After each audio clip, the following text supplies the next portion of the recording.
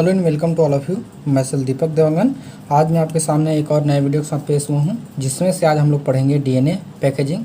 आज हम लोग देखेंगे कि जो डीएनए होता है हमारे बॉडी के अंदर, डीएनए होते हैं वो किस तरह से पैक्ड होता है, क्योंकि हम लोग जानते हैं कि हर एक चीज़ में हमारा डीएनए होता है, चाहे हमारा बाल हो या आपके जो कोई भी जैसे नाखून हो गए, बाल हो गया, आपके थूक हो गए, जितने भी हमारे पास ऑर्गन्स होते हैं उन सब में जो हमारा डीएनए जो है वो पाया जाता है। जब हम डीएनए का टेस्टिंग के लिए अगर देखें तो इसमें से कोई भी जो हमारे पास जैसे मांस का टुकड़ा से लेकर जो है हमारे बाल से लेकर मांस के टुकड़े तक, नाखून तक, लार तक, जितने भी हमारे अंदर जो रहते हैं उन सब से हमारा डीएनए टेस्ट जो है वो किया जा सकता है या होता है। तो आज हम लोग देखेंगे कि ये जो डीएनए होता है वो किस तरह से उसको पैक करके रखा जाता है, क्रोमोसोम के ऊपर जो है वो डीएनए कैसे पैक होते हैं उसको हम लोग देखेंगे। और एक इंसान में, यानी कि जो इंसान के अंदर जो सेल्स होते हैं तो उस एक सेल्स में कितने डीएनए उसमें पाया जाता है, कितने लंबाई चौड़ाई में डीएनए होता है और उसको किस तरह से पैक किया जाता है, हम लोग पूरा डिटेल में अभी स्टडी हम लोग इसमें करने वाले हैं। तो बिना स्किप किए इस वीडियो को अंतिम तक देखते रहिए और समझने का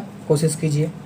चलिए तो शुरू करते हैं हमारा आज का टॉपिक डीएनए पैकेजिंग। तो बोलता है DNA are present to chromosome. ठीक है, तो डीएनए जो हमारे पास होता है कहाँ पर पाया जाता है, क्रोमोसोम के अंदर जो है वो पाया जाने वाला एक स्ट्रक्चर होता है डीएनए, जिस पर जो हमारे जितने भी अनुवांशिक जो गुण रहता है वो सारा कैसा रहता है, उसी पर जो फिट रहता है, उसी पर निहित जो है वो रहता है। और उसी के आधार पर जो है हमारा जो है टेस्ट किया जा सकता है। जैसे खून वगैरह होते हैं या कुछ होते हैं तो फॉरेंसिक डिपार्टमेंट के थ्रू जो है इसी का जो टेस्ट उसमें जो है किया जाता है। ठीक है, तो वो कहाँ पर पाए जाते हैं, तो हमारे पास होता है वो प्रेजेंट टू क्रोमोसोम में जो है वो प्रेजेंट होता है, पाए जाते हैं। फिर उसके बाद आता है इसमें अब देखते हैं डीएनए पैकेजिंग का डेफिनेशन क्या होगा। तो बोलता है क्रोमोसोम के ऊपर डीएनए के अरेंजमेंट को डीएनए पैकेजिंग बोलते हैं। तो क्रोमोसोम के ऊपर जो डीएनए का अरेंजमेंट रहता है, क्रोमोसोम के हमारे रहेंगे तो उस जैसे कि हमारे पास क्रोमोसोम कितना होता है 23 पेयर्स होते हैं। कितने होते हैं 23 पेयर्स में पाए जाते हैं। तो इस पेयर के अंदर जो हमारा डीएनए रहता है वो कैसा रहता है, इसमें अरेंज रहता है। इसी अरेंजमेंट को जो हम लोग समझेंगे जिसको बोलते हैं डीएनए पैकेजिंग कहा जाता है। इसी 23 जो क्रोमोसोम होते हैं, 23 जोड़े जो क्रोमोसोम होते हैं, इसी क्रोमोसोम के अंदर डीएनए को जो है वो पैक किया जाता है। डीएनए इसमें रखते हैं जैसे कि कोई रील होता है आपके पास जो है, जैसे कि डीवीडी रहते हैं। तो डीवीडी के अंदर जो है केवल कैसेट तो एक है, लेकिन उसमें जो है फिल्म क्या होता है, बहुत सारे रहते हैं। तो फिल्म में जो है बहुत सारा कैसा आता है, छोटा सा एक डिस्क रहता है, लेकिन उसमें पूरा अरेंजमेंट के तहत जो उसको जो है रखा रहता है और उस पर नंबर बाय नंबर जो है वो फिल्म रहता है। जैसे कि एक डीवीडी में आपके पास जो है 4 से 5 फिल्म आ सकते हैं, तो उसी तरह से उसमें अरेंजमेंट करते हैं उसका। तो उसी तरह से हम लोग क्या करेंगे, क्रोमोसोम रहेगा तो उस क्रोमोसोम के अंदर हम लोग भी डीएनए का अरेंजमेंट इसमें जो है वो करेंगे। ठीक है, जस्ट लाइक अ डीवीडी के टाइप में इसमें अरेंजमेंट जो है वो किया जाता है और उसी में उसको जो है वो रखते हैं। ठीक है, तो चलिए अब उसके बाद देखते हैं आगे और क्या बोलते हैं इसमें। क्रोमोसोम के अल्ट्रा स्ट्रक्चर को समझाने के लिए सिंपल एवं जो है सामान्य मॉडल दिया गया,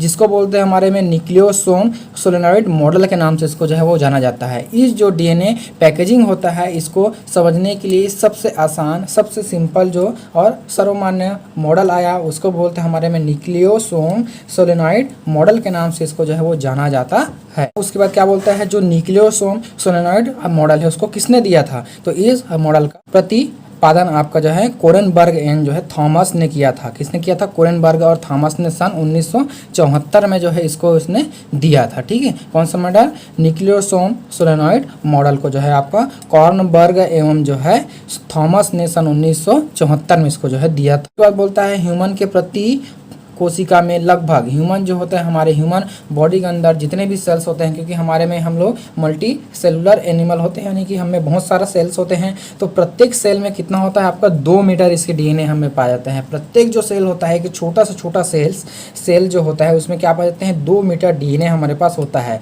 और सेल को हम लोग जानते हैं क्या होता है, स्ट्रक्चरल एवं जो है फंक्शनल यूनिट होता है किसका, बॉडी का। ठीक है, हमारे बॉडी का कैसा होता है, स्ट्रक्चरल एवं जो है फंक्शनल यूनिट के नाम से जो है जाना जाता है सेल्स को, क्योंकि सबसे छोटी इकाई, जैसे कि हमारे पास चौक रहते हैं तो चौक को हम लोग अगर उसमें तोड़ते हैं तो सबसे जो छोटा कण उसमें से हमको निकल कर आएगा वो क्या होगा, उसका एक सेल होगा। ठीक है, और जब बहुत सारे जब सेल आपस में जब मिलते हैं तो क्या बनता है, टिश्यूज बनते हैं। और जब वो टिश्यूज जब बहुत सारे जब आपस में मिलेगा तो बनाएगा हमारे पास ऑर्गन बनाते हैं। और वो जो ऑर्गन जब बहुत सारे मिलेंगे तो ऑर्गन सिस्टम बनता है। और इसी तरह से जितने ऑर्गन यानी कि बहुत सारे ऑर्गन सिस्टम मिलकर जो हमारे एक बॉडी का निर्माण जो है इसमें करते हैं। तो इस तरह से इसमें जो प्रत्येक हमारे पास जो सेल्स रहता है प्रति कोशिका में, प्रत्येक जो हमारे पास सेल्स रहते हैं उसमें लगभग 2 मीटर आपके डीएनए जो है वो पाया जाता है। तो इतना लंबा हमारे पास जो है डीएनए रहता है। एक छोटा सा सेल होता है लेकिन इस छोटे से सेल में 2 मीटर डीएनए होता है। अगर वो लंबा रहेगा तो कैसा हो जाएगा, प्रॉब्लम हो जाएगा। इसलिए उसको जो है वो पैक किया जाता है, यानी कि क्रोमोसोम के अंदर उसको फिक्स करके रखते हैं, यानी कि तू कैसा हो जाए, उतना बड़ा जो साइज है कैसा हो जाए, थोड़ा छोटा होकर रह जाए। इतना बड़ा अगर उसका साइज ज़्यादा इतना बड़ा है तो उसका साइज कैसा हो जाए, धीरे धीरे उसको जो है छोटा करके जो इस तरह से उसको जो है रखा जाता है, ताकि हमारे पास कैसा हो गए वो जो 2 मीटर उसकी लंबाई हो 2 मीटर ना रहकर जो कैसा हो जाए वो छोटे रूप में हमारे पास प्राप्त हो जाए। लेकिन रहेगा उसका 2 मीटर, लेकिन वो कैसा हो जाएगा, छोटे हमारे पास रहेंगे। अब उसी तरह से इसमें आगे और देखते हैं तो और क्या बोलते हैं, इंटरफेस अवस्था में न्यूक्लियस में क्रोमोसोम को नहीं पहचाना जा सकता। ठीक है क्योंकि हमारे पास जो है जब हम लोग सेल डिवीज़न जब हम लोग पढ़ते हैं तो उसमें 2 फेस होता है हमारे पास, एक होता है इंटरफेस और एक होता है एम फेस। एम का मतलब होता है डिवीज़न फेस होता है। अब आता है इसमें एम और डिवीज़न में क्या इसमें दोनों में सिमिलैरिटी है। एम तो अलग है, डिवीज़न अलग है, तो उसका डी फेस होना चाहिए, तो ऐसा नहीं। एम मतलब होता है या तो मियोसिस हो या माइटोसिस हो, दोनों में से कोई भी डिवीजन वहाँ पर हो सकता है, इसलिए उसको एम फेस बोलते हैं। और इंटरफेस बोलते हैं, इंटरफेस में भी हमारे पास कैसा होता है, 3 अवस्थाएं उसमें रहता है। ये हमारा कुछ इस तरह से सेल का साइकिल होता है। ठीक है, कुछ इस तरह से रहता है, ऐसा और यहाँ पर ये जो रहता है पूरा इधर का वो उसको बोलते हैं इंटरफेस, और इधर का रहता है उसको बोलते हैं हमारे में डिविडेशन फेस, यानी कि एम फेस के नाम से उसको जानते हैं। तो इसमें भी हमारे पास कहता है कैसा होता है, 3 इसमें जो है हमारे पास अवस्थाएं होती है। एक होता है G1 फेस, एक होता है S फेस और एक होता है G2 फेस। ठीक है, तो इसमें जो हमारे पास जो 3 फेस है उसमें इसको जो है वो डिवाइड किया जाता है।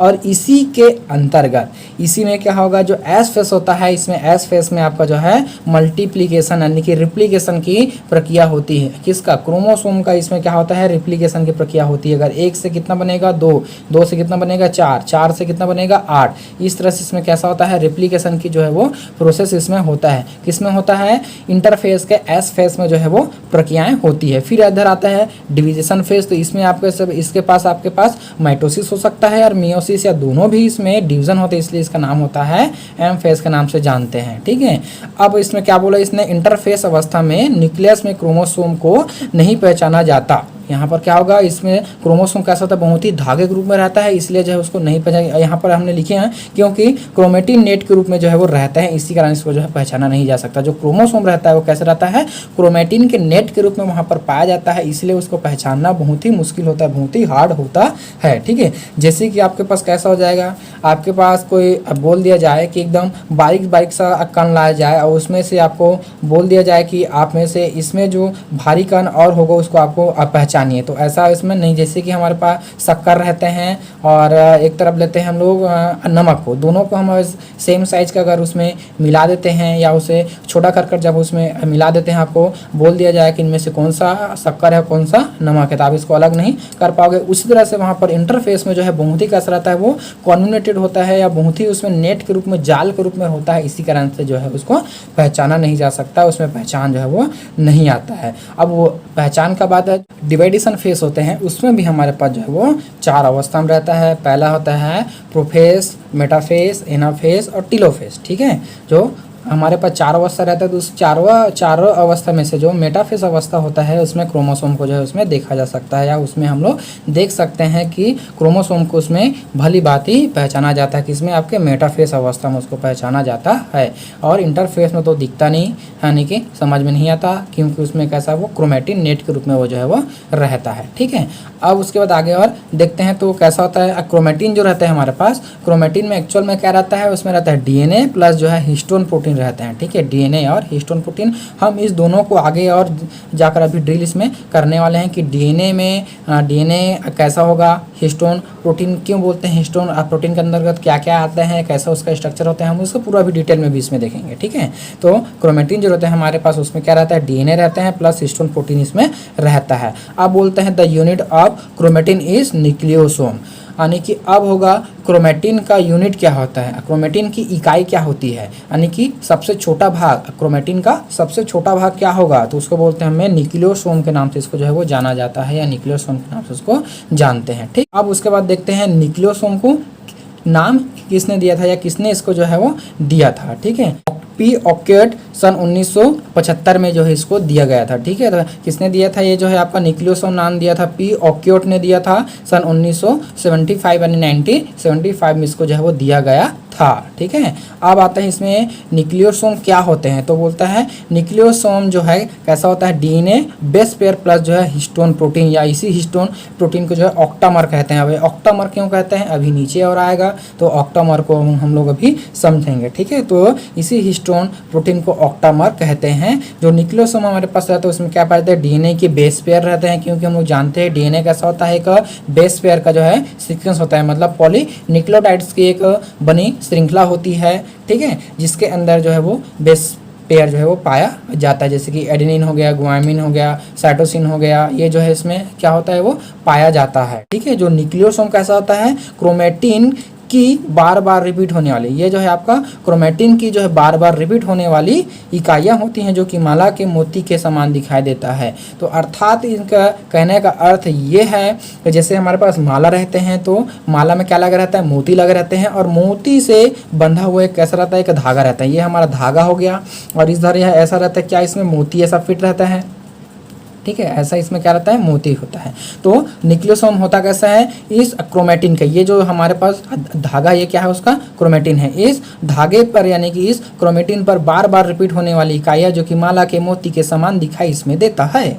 तो ये हो गया उसके माला के मोती के समान दिखाई देने वाला स्ट्रक्चर, ठीक है। तो ये हुआ उसका क्या हुआ, ये है पूरा न्यूक्लियोसोम, ठीक। और अब देखिए इसमें आपको और अच्छे से समझ में आ रहा होगा, ये हमारा क्या है, इसको बोलते हैं हमारे में क्रोमेटिन, यहाँ पर हमने क्या लिख दिए हैं, क्रोमेटिन। और ये उसका क्या हुआ, न्यूक्लियोसोम। तो मैंने अभी आप बात किया था, क्या किया था, न्यूक्लियोसोम जो है एक क्रोमेटिन के ऊपर बार बार रिपीट होने वाली संरचना है, जिसके कारण ये माला के मोती के समान दिखाई देता है। क्या दिखाई देता है, माला के मोती के समान इसमें दिखाई देता है। तो ये हुआ उसका क्या हुआ, ये हुआ उसका न्यूक्लियोसोम है। तो इसकी ये अगर मान लिया जाए, हम इसको रस्सी मान ले, यानी कि इसको रस्सी मान लिया जाए, तो ये उसको अगर मोती मान लिया जाए, तो माला में जो मोती फिट रहता है उसी तरह से इसमें दिखाई दे रहा है ये। तो इसी तरह से उसमें बोला जाता है जो न्यूक्लियोसोम होता है, क्रोमेटिन के ऊपर बार बार रिपीट होने वाली संरचना होता है, जो कि माला के मोती के समान इसमें दिखाई देता है, ठीक है। ये हुआ। अब देखिए यहाँ पर क्या हुआ है, एक न्यूक्लियोसोम है और दूसरा न्यूक्लियोसोम है, दोनों को जोड़ने वाला जो स्ट्रक्चर है उसको बोलते हैं लिंकर डीएनए के नाम से इसको जाना जाता है, लिंकर डीएनए कहते हैं। आगे और आएगा, अभी हम लोग इसको समझेंगे, ठीक है। अब उसके बाद देखते हैं, ये तो हमारा न्यूक्लियोसोम। अब न्यूक्लियोसोम जो है किस पर फिट है, उसको बोले हमने क्रोमेटिन। तो क्रोमेटिन क्या होता है उसको भी हमको देखना जरूरी होता है। जैसे कि हमारे पास रस्सियाँ होते हैं, माला होती है, तो माला कैसा होता है, रंगीन कलर के होते हैं, रंगीन होता है, उसके धागे भी रंगीन होता है। तो उसी तरह से जो क्रोमेटिन रहता है कैसा है, धागेनुमा रंगीन रचना, जो कि केंद्रक में देखी जाती है, जो कि कहाँ पर है, केंद्रक में पाया जाने वाला संरचना होता है, जो कि एक धागे के समान थ्रेड लाइक स्ट्रक्चर इसमें वो रहता है, थ्रेड लाइक रूप में जो रहते हैं उसको बोलते हैं क्रोमेटिन, ठीक है। इसकी खास बात कैसा होता है, ये रंगीन होते हैं, ठीक है, ये रंगीन होते हैं, रंगीन संरचनाएं होती है, ठीक है। रंगीन कैसा होता है, ये संरचनाएं होता है, धागे नुमा और रंगीन संरचना, जो कि केंद्रक में पाया जाता है। अब देखते हैं उसके बाद न्यूक्लियोसोम। तो न्यूक्लियोसोम के व्यास कितना होता है, कैसा वो दिखता है, उसको देखना है हमको। तो न्यूक्लियोसोम कैसा होता है, आपके 110 एंगस्ट्रॉम व्यास, कितना होता है, 110 एंगस्ट्रॉम व्यास व 60 एंगस्ट्रॉम मोटी, है ना, कितना हुआ, 110 एंगस्ट्रॉम व्यास। व्यास का मतलब आप लोग तो समझते ही हैं, ठीक है। उसी तरह से आपका 60 एंगस्ट्रॉम मोटी दीर्घवृत्तीय दाने के समान स्ट्रक्चर होती है, ठीक है। जैसे कि आपके पास जो मोती होता है, तो मोती किस तरह से होता है, गोल होता है, और उस मोती के अंदर जो उसमें जो व्यास रहेगा कितना होता है इसका, 110 एंगस्ट्रॉम उसका व्यास होगा, और 60 एंगस्ट्रॉम उसकी मोटा होगा, और दीर्घवृत्तीय दाने के समान स्ट्रक्चर के रूप में वो पाए जाते हैं, ठीक है। अब आते हैं इसमें जो न्यूक्लियोसोम है, तो न्यूक्लियोसोम में 5 प्रकार के हिस्टोन प्रोटीन से वो बना हुआ रहता है, 5 प्रकार के उसमें हिस्टोन प्रोटीन उसमें पाया जाता है। तो उसका नाम क्या होता है, H1 होता है, H2A, H2B, H3 और H4, ये जो है उसका हिस्टोन प्रोटीन होता है, यानी कि हिस्टोन न्यूक्लियोसोम के अंदर जो पाया जाएगा हमारे पास उसको बोलते हैं हिस्टोन प्रोटीन। तो हिस्टोन प्रोटीन हमारे पास मिलकर अभी आ गया, ठीक है। अब उसके बाद हम लोग इसमें डीएनए को भी देखेंगे कि डीएनए कैसा होता है ना। और हिस्टोन प्रोटीन का हमने एक और नाम दिया था ऑक्टोमर, ठीक है। तो इसको ऑक्टोमर क्यों कहते हैं अभी हम इसमें देखेंगे। तो यहाँ पर आपको कुछ स्ट्रक्चर के रूप में दिखाई दे रहा होगा। तो जो आपके पास हिस्टोन अब प्रोटीन दिख रहा है यहाँ पर कितना था, H1 है, H2A, H2B, H3 और H4। तो ये देखिए यहाँ पर, इसको जूम कर देते हैं थोड़ा सा। अब देखिए यहाँ पर क्या हुआ है, ये हमारा H2A है और ये हमारा H2B है, ये हमारा H2A है और ये भी हमारा H2B है, ठीक है। उसी तरह से ये है हमारा H3 और ये भी H3 और H4 और H4। हालांकि यहाँ में क्या होता है 5 होता है, तो पांचवा यानी कि पहला कहाँ पर है, ये H1 जो कि ये बाहर होता है, इसका कोई इधर अंदर से जो है वो इसका संपर्क नहीं होता है, न्यूक्लियोसोम से इसका अंदर से इसमें संपर्क नहीं होता है, ठीक है। न्यूक्लियोसोम में आपके पास जो है 4 हिस्टोन प्रोटीन उसमें पाए जाते हैं। पहला था हमारे पास क्या है H2A और H2B, उस तरह से H3 और H4 4 इसमें पाए जाते हैं। अब उसके बाद देखिए यहाँ पर क्या है, ये H2A है, तो H2A जो है वहाँ पर 2 की संख्या में रहते हैं, तो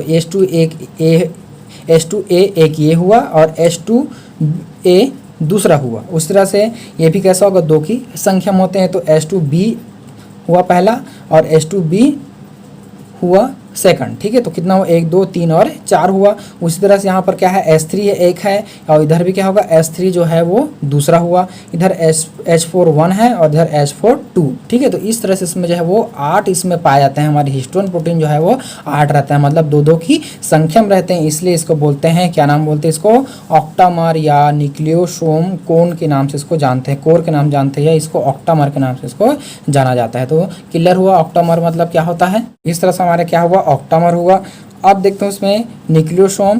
तो न्यूक्लियोसोम क्या होता है, nucleosome histone protein octamer plus जो है 1 से 3/4 चक्कर डीएनए स्ट्रैंड, ठीक है। डीएनए स्ट्रैंड मतलब क्या आपका क्या होता है, 1 से 3/4 मतलब होता है 1.75 चक्कर, ठीक है। 1.75 चक्कर उसका कैसा होता है, हिस्टोन प्रोटीन पर जो है वो घिरा हुआ जो है उसमें रहता है हमारा डीएनए, और उसमें जो घिरे हुए रहते हैं उसमें लगभग आपके पास 200 बेस पेयर इसमें रहता है। कई जो बुक होते हैं उसमें ये जो डाटा है आपको कुछ कम मिलेगा, लगभग 146 मिलेगा। तो ये 146 इसमें नहीं होता है, 200 बेस पेयर इसमें होता है। जो एनसीईआरटी ने जो लिखा है, एनसीईआरटी के जो लेटेस्ट बुक है उसमें जो लिखा है वही उसमें क्या रहता है, मान्य रहता है, ठीक है। तो इसीलिए यहाँ पर क्या होता है आपका 1.75 चक्कर, या आप सीधा बोल सकते हो 1 से 3/4 चक्कर जो है डीएनए स्ट्रैंड जो इसमें लगे हुए रहते हैं, किसमें, न्यूक्लियोसोम में, ठीक है। चलिए अब उसके बाद देखते हैं हिस्टोन प्रोटीन क्या होते हैं, ठीक है। दोनों को हम लोग भी देखना है, हिस्टोन प्रोटीन क्या होता है और डीएनए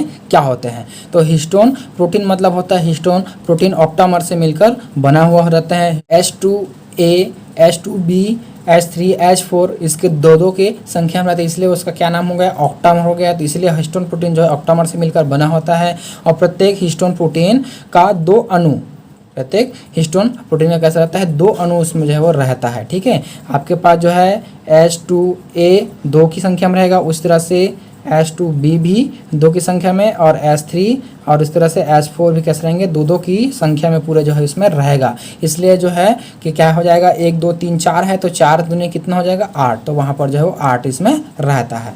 और जो हिस्टोन प्रोटीन रहता है वो कैसा रहता है, पॉजिटिव चार्ज रहता है, ठीक है। देखिए जब तक उसमें पॉजिटिव और नेगेटिव चार्ज नहीं होगा तब तक वो कैसा होगा, आपस में आकर वो जो है वो मिलेगा नहीं। तो आपस में आकर मिलने के लिए होना चाहिए कि एक को पॉजिटिव चार्ज होगा और एक को कैसा होना चाहिए, वहाँ पर नेगेटिव चार्ज होना चाहिए। तो हमारा हिस्टोन जो प्रोटीन होता है वो पॉजिटिव चार्ज होता है और डीएनए जो रहता है हमारा नेगेटिव चार्ज रहता है, ठीक है। अगर दोनों पॉजिटिव होता तो क्या होता है, वहाँ पर दोनों में जो है अट्रैक्शन नहीं होता, उसमें दूर जाते एक दूसरे से। अगर वो नेगेटिव होता तो फिर भी कैसा होता, वो भी दूर जाते। तो यहाँ पर पॉजिटिव नेगेटिव होता है, इसलिए दोनों जो है आपस में मिल पाते हैं, ठीक है। तो हमारा हिस्टोन प्रोटीन रहता है वो पॉजिटिव चार्ज इसमें रहता है। अब क्या बोलते हैं, हिस्टोन प्रोटीन के अंदर लाइसिन एवं जो है आर्जिनिन अमाइनो एसिड होता है, क्योंकि ये प्रोटीन है। तो प्रोटीन की सबसे छोटी इकाई क्या होती है, अमाइनो एसिड, ठीक है।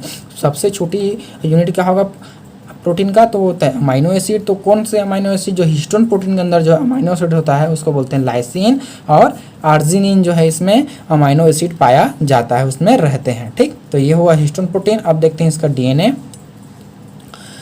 तो अब बोलते हैं इसमें प्रोटीन कोड के चारों ओर डीएनए होता कैसा आपका 1 से 3/4 कुंडली या इसको बोलते हैं 1.75 के रूप में जो है वो लिपटा हुआ रहता है। ठीक है, जो हिस्टोन प्रोटीन के ऊपर जो लिपटा हुआ रहेगा, डीएनए जो लिपटे हुए रहेंगे उसका किस तरह से लिपट रहेंगे आपका 1.75 उसमें राउंड के रूप में जो है लिपटा हुआ रहता है, उसमें लिपटे रहते हैं, जिसमें आपको कितना होता है 200 बेस पेयर उसमें जो है पा जाता है, 200 बेस पेयर उसमें जो है वो रहता है। अर्थात कैसा होगा, ए जैसे मान लिया जाए हमारा ये हमारा कैसा हो गया, ये हिस्टोन प्रोटीन है, ये हमारा हिस्टोन प्रोटीन है, तो इसके ऊपर जब डीएनए ऐसा क्या करेगा, इस घेरेगा ऐसा, तो पहला जो राउंड होगा कैसा पूरा होगा। ठीक है, पहला राउंड कैसा होगा पूरा होगा, लेकिन दूसरा राउंड कैसा हो जाएगा, वो थोड़ा सा कैसा हो जाएंगे, बच जाएगा, और बचने के कारण जो है यहाँ से जो है वो बाहर इसमें ऐसा आ जाते हैं। इसी कारण इसमें लिखा है हमारे में क्या है 1.75 राउंड बोलता है, चक्कर इसमें जो लगा हुआ रहता है, यानी कि 2 राउंड जो है इसमें पूरा नहीं होते हैं, पूरा उसमें नहीं हुए रहता। अब उसके बाद बोलते हैं 2 न्यूक्लियोसोम को जोड़ने वाले डीएनए को लिंकर डीएनए कहा जाता है। 2 जो न्यूक्लियोसोम रहेगा हमारे पास, पहले मैंने बात किया था 2 न्यूक्लियोसोम को आपस में जोड़ने वाले जो रहते हैं उसको बोलते हैं लिंकर डीएनए। लिंक मतलब ही होता है जोड़ने वाला, तो जोड़ने वाला जो डीएनए रहता है उसको बोलते हैं लिंकर डीएनए के नाम से उसको जानते हैं। ठीक, अब तो हमारे पास क्या हो गया था 4 हमने देख लिए थे, ऑक्टामर देख लिए थे, उसमें से हमारा एक हिस्टोन प्रोटीन जो छूट गया था, कौन सा H1। तो H1 के बारे में देखते हैं क्या बोलता है। H1 हिस्टोन प्रोटीन एक अणु न्यूक्लियोसोम से निकलने वाले डीएनए को दूसरे न्यूक्लियोसोम में प्रवेश करने वाले डीएनए से जोड़ता है। अर्थात यहाँ पर अब डायग्राम के थ्रू आपको समझने की ज़रूरत होगा। ठीक है, तो यहाँ पर आप देख सकते हैं, ये दिख रहा है हमारा, ये हमारा क्या है न्यूक्लियोसोम पहला, और ये दिख रहा है हमारे में न्यूक्लियोसोम दूसरा। ठीक है, तो ये हमारा 2 यहाँ पर हमने बनाए हैं न्यूक्लियोसोम, तो ये हमारा न्यूक्लियोसोम है। ठीक है, और न्यूक्लियोसोम का ये उसका ऑक्टामर है, ये उसका क्या है ऑक्टामर है, ये भी उसका क्या है ऑक्टामर है। अब देखिए यहाँ पर ये हुआ न्यूक्लियोसोम, और इसमें डीएनए जो है कैसा हुआ है, इसमें लिपटा हुआ है। पहला राउंड पूरा है, दूसरा राउंड जो है वो अधूरा रहता है, मतलब कितना रहता है 1.75 इसमें जो राउंड उसमें वो रहता है। अब यहाँ पर क्या हुआ है, देखिए हिस्टोन प्रोटीन यहाँ पर है। ठीक है, तो यहाँ से क्या हुआ, अभी हमने क्या पढ़े ये बोलता है हिस्टोन प्रोटीन एक अणु न्यूक्लियोसोम से निकलने वाले डीएनए, ये यहाँ से क्या हुआ है न्यूक्लियोसोम से इसका डीएनए कैसा हुआ है, निकला है। अब बोलता है दूसरे न्यूक्लियोसोम में प्रवेश करने वाले डीएनए को जोड़ता है, ये दूसरे में क्या हो रहा है यहाँ पर जोड़ रहे हैं, यानी कि घुस रहा है दूसरा डीएनए। तो ये जो बीच में जो पाया है हमारा हिस्टोन प्रोटीन, तो दोनों को जोड़ने का काम इसमें जो है वो करता है। ठीक है, तो ये यहाँ से क्या हुआ, एक से निकला और दूसरे से जोड़ने वाला जो बीच में जो रहेगा उसको बोलेंगे हिस्टोन प्रोटीन के नाम से, हिस्टोन H1 के नाम से इसको जो है वो जाना जाता है। ठीक, ये हुआ। अब उसी तरह से इसमें छोटा सा और इसका क्या है हमारे पास डायग्राम और अब बच गया है, तो इसको अभी और हम लोग देख लेते हैं। तो आपके अब बुक में कुछ इस तरह से डायग्राम और कुछ इस तरह से इसमें डायग्राम दिया होगा। तो ये देखिए यहाँ पर ये हमारा H1 है। ठीक है, H1 है मतलब ये क्या है हिस्टोन प्रोटीन H1 है, ये इसको जोड़ कर रखा है। फिर ये जो है हमारा डीएनए है जो कि इसके ऊपर कैसा है वो लिपटा हुआ है, इसके ऊपर कैसा है वो लिपटा है, और ये हमारा हिस्टोन प्रोटीन है या इसी को बोलते हैं ऑक्टामर। कुछ इस तरह से इसमें जैसा जो है घेरे हुए इसको रहता है या घेर कर इसको जो है वो रखते हैं। ठीक है, समझ में आया आप लोगों को, कुछ इस तरह से इसमें घेरा है ये H1 हिस्टोन प्रोटीन, फिर ये डीएनए हुआ और इसका क्या हुआ ये ऑक्टामर हुआ जिसमें वो घेर कर इसमें रखा हुआ होता है। ठीक है, अभी तक हम लोग जो है केवल इसका क्या देखे हैं स्ट्रक्चर को देखे हैं कि किस तरह से उसका स्ट्रक्चर होता है, लेकिन हमने डीएनए को अभी तक पैक नहीं किए हैं। ठीक है, आपको याद रहे डीएनए को हमने अभी तक पैक नहीं किए हैं, अभी तक हम लोग स्ट्रक्चर को देखे हैं कि कैसा क्रोमेटिन कैसा होता है, उसके प्रॉपर्टीज़ क्या होता है, फिर उसे हिस्टोन क्या होते हैं, डीएनए कैसा होता है, उसमें कितने बेस पेयर रहते हैं, हिस्टोन प्रोटीन में क्या क्या रहता है उसको हमने देखे हैं। लेकिन अभी तक हमने इसको डीएनए को हमारा पैक नहीं किए हैं। डीएनए अभी का अभी 2 मीटर का 2 मीटर पड़ा हुआ है, अभी हमने उसको पैक नहीं किया है। अब हम इसको क्या करेंगे पैक करते हुए जाएंगे। तो अब यहाँ पर समझने का कोशिश आपको बहुत ज़्यादा और करना है, लेकिन सिंपल है, आपको अच्छे से समझ में आएगा। और अब उसके बाद देखते हैं जो हमारे पास न्यूक्लियोसोम है, तो 6 न्यूक्लियोसोम कुंडित होकर जो है सोलेनॉइड बनाते हैं। हमारे पास जो न्यूक्लियोसोम रहता है यानी कि जो एक ऑक्टामर के साथ साथ वहाँ पर डीएनए की जो लिपटा हुआ स्ट्रक्चर है वो लिपटे हुए हैं।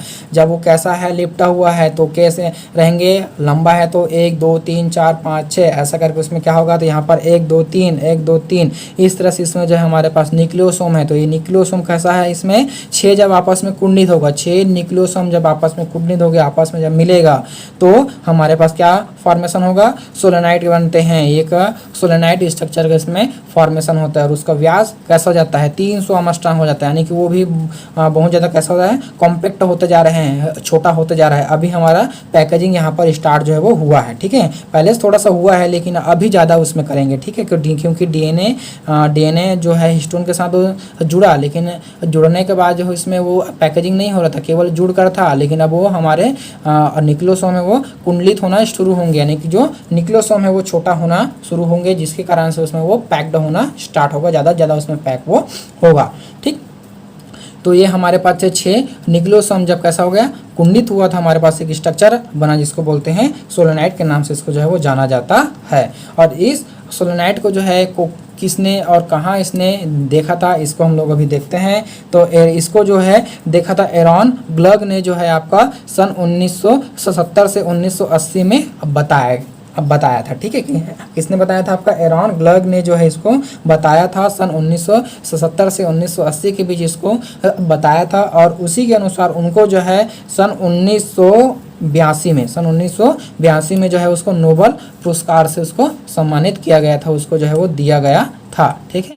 सोलेनाइड परस्पर और अधिक कुंडलित होकर सुपर सोलेनाइड अब बनाते हैं, ठीक है। जो ऐसा और क्या होगा आगे जाकर जो है ये सोलेनाइड जो है वो अधिक कुंडलित हो जाएगा, यानी कि ये 6 था हमारे पास, तो 6 में कैसा हो जाएगा इधर 6 था तो इसमें कैसा हो जाएंगे आपका इधर इस तरह से इसमें और जुड़ता जाएगा, ऐसा बहुत सारे इसमें इस तरह से इसमें कॉम्पैक्ट ये होते जाएंगे, कुछ इस तरह से ऐसा कॉम्पैक्ट इसमें जब होगा कुछ इस तरह से ऐसे कॉम्पैक्ट होगा, जिसका नाम कैसा हो जाएगा आपको सुपर सोलेनाइड के नाम से जानेंगे। इसके आगे हम जैसा और क्या लगा देंगे सुपर सोलेनॉइड, तो ये किस में हो जाएगा सुपर सोलेनाइड के रूप में हमको प्राप्त हो जाएंगे। अब उसके बाद क्या होगा ये सुपर सोलेनाइड जो है और अधिक वलित होकर जो है क्रोमेटिड तंतु बनाते हैं, ठीक है। अच्छा एक और चीज़ मैं अब भूल गया, यहाँ पर जो सुपर सोलेनाइड होता है उसका जो आर्मस्ट्रांग होता है वो कितना हो जाता है आपके 400 आर्मस्ट्रांग के होते हैं और सोलेनाइड से, और उसमें कैसा होता है वो छोटा हो जाते हैं। और ये सुपर सोलेनाइड जो है और अधिक वलित होकर क्रोमेटिड तंतु बनाते हैं।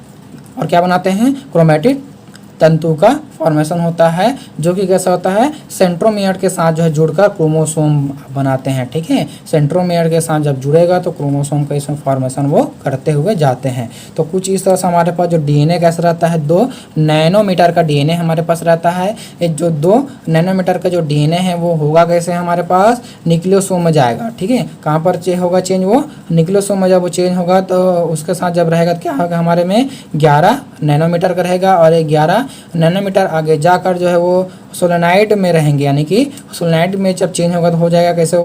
सोलेनाइड में जब वो जाएगा तो किस में हो जाता है वो 400 नैनोमीटर का रहते हैं। फिर आगे जाकर वो जो है आपका क्रोमैटिन के रूप में जब वो चेंज होता है तो 700 नैनोमीटर होते हैं। फिर उसके बाद आगे जाकर वो जो है क्रोमोसोम में चेंज होता है तो 1400 नैनोमीटर के रूप में वो पूरी तरह से अब कॉम्पैक्ट होकर हो गया इसमें, और वो जो है पूरी तरह से इसमें पैक वो हो जाता है, ठीक है। तो आज के लिए इतना ही, देखते रहिए हमारा यूट्यूब चैनल। धन्यवाद, थैंक यू।